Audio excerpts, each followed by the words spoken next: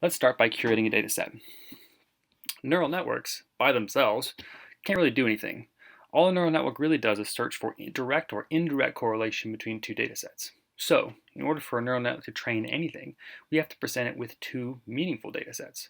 The first data set must represent what we know, and the second data set must represent what we want to know, or what we want the neural net to be able to tell us.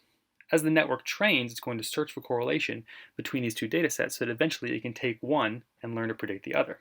Let me show you what I mean with our example sentiment data set. Right here, we're going to kind of load into a list a set of IMDb movie reviews. So these are movie reviews that people uploaded to the site IMDb. These labels come with those reviews as people have labeled them with 1 to 5 stars. In this case, we bucketed them into just positive reviews being higher than 3 stars and negative reviews being lower. So we have 25,000 reviews. Here's an example of one of those reviews, which is a negative review, I believe. Yeah.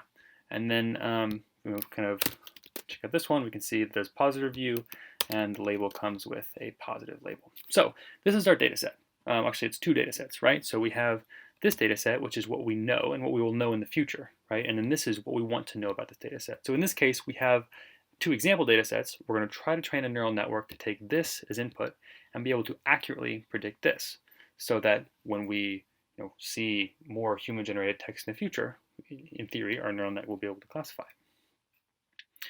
The first thing we want to do when we encounter a new data set like this is develop a predictive theory. Now, a predictive theory is really about saying, okay, if I was the neural net and I was going to try to figure out how to look for correlation in this data set, where would I look? The best thing that I like to do when developing a predictive theory is just take a look at the data set. Try to figure out if I can solve this problem myself, and then sort of look inward and say, okay, what am I using maybe under the hood to kind of understand whether this has positive or negative sentiment. So let's just read a few.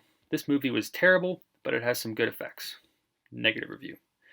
Adrian Bazar is excellent in this film. He makes a fascinating woman. Negative review. Comment. This movie is impossible, is terrible, very improbable, bad interpretation. Positive. Excellent episode, movie a la Pulp Fiction. Days, suicides, it doesn't get more, and then it continues on. So already I'm starting to kind of get a feel, it seems to me pretty obvious, these are really polarized examples. But what I'm going to be looking for is, okay, what in this is creating correlation between my reviews data set and my labels data set?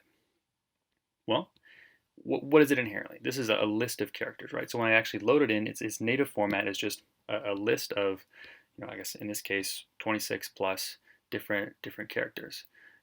Is there correlation in its current state? Well, I don't really think that the letter M or the letter T has much predictive power, right? So we have M in negative examples and we have M in positive examples. It doesn't really help us. So I don't think that would be a good source. So the kind of the native state that it's in right now is probably not very good.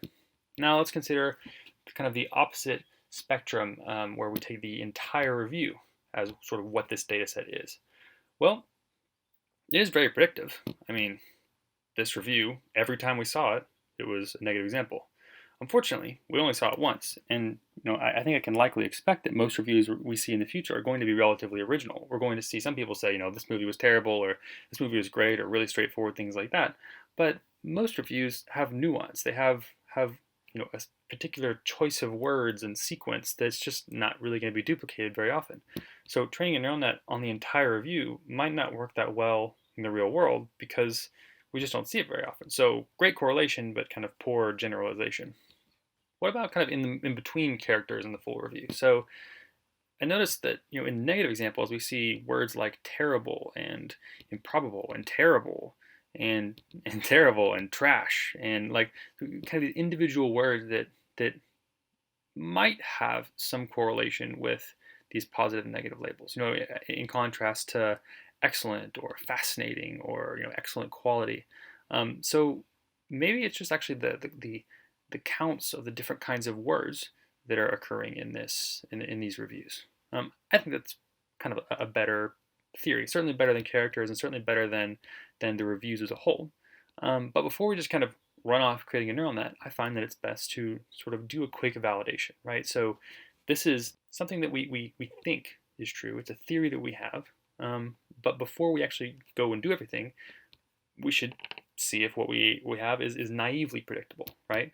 Now, what I typically do here is I count them, or I formulate a count-based heuristic to try to see, okay, does this phenomenon seem to happen more for this label than it does for this label, right? Is it a good disambiguator?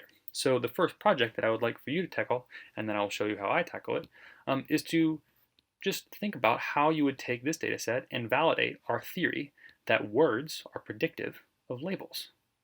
So go ahead and take a few minutes and take a crack at it and see if you can kind of just come up with a way of showing that it either is or is not predictive.